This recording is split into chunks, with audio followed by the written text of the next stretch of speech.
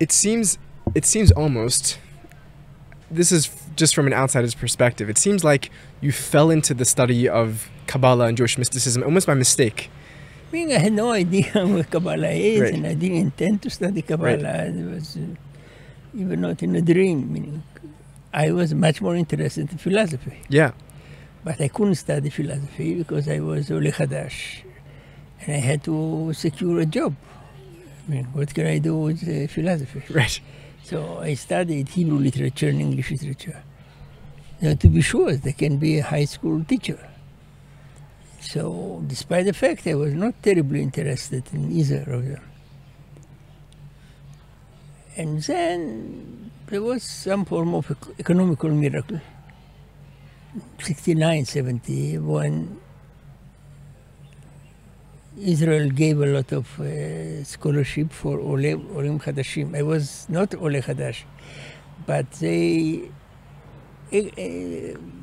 how to put it, didn't count the years I was in the army.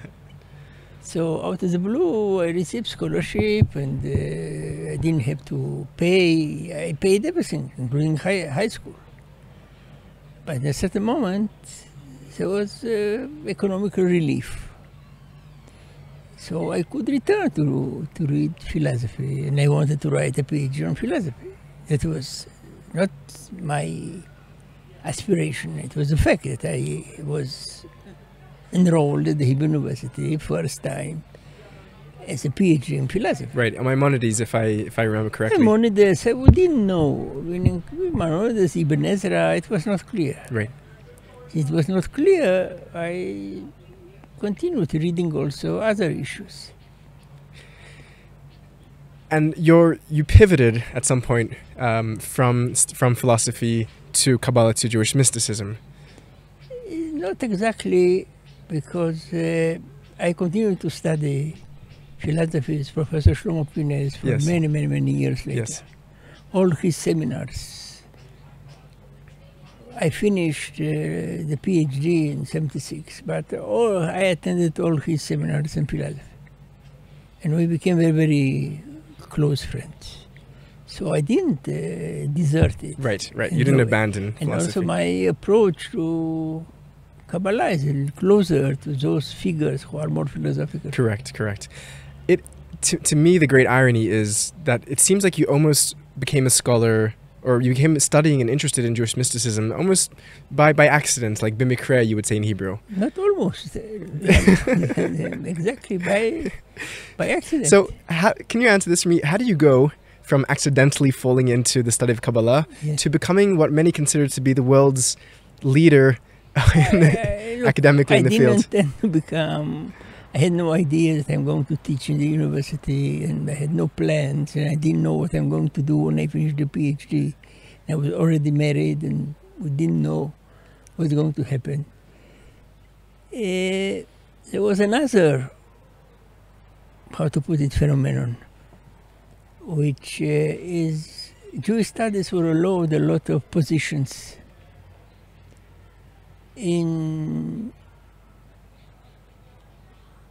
at the beginning of the 70s, positions in the Institute of Jewish Studies. And I was very already interested to know what. I didn't study Kabbalah, ever. Right. Ever. And I've seen a lot of manuscripts. What attracted me is the fact that there are so many unknown manuscripts. That is the most important issue, is curiosity.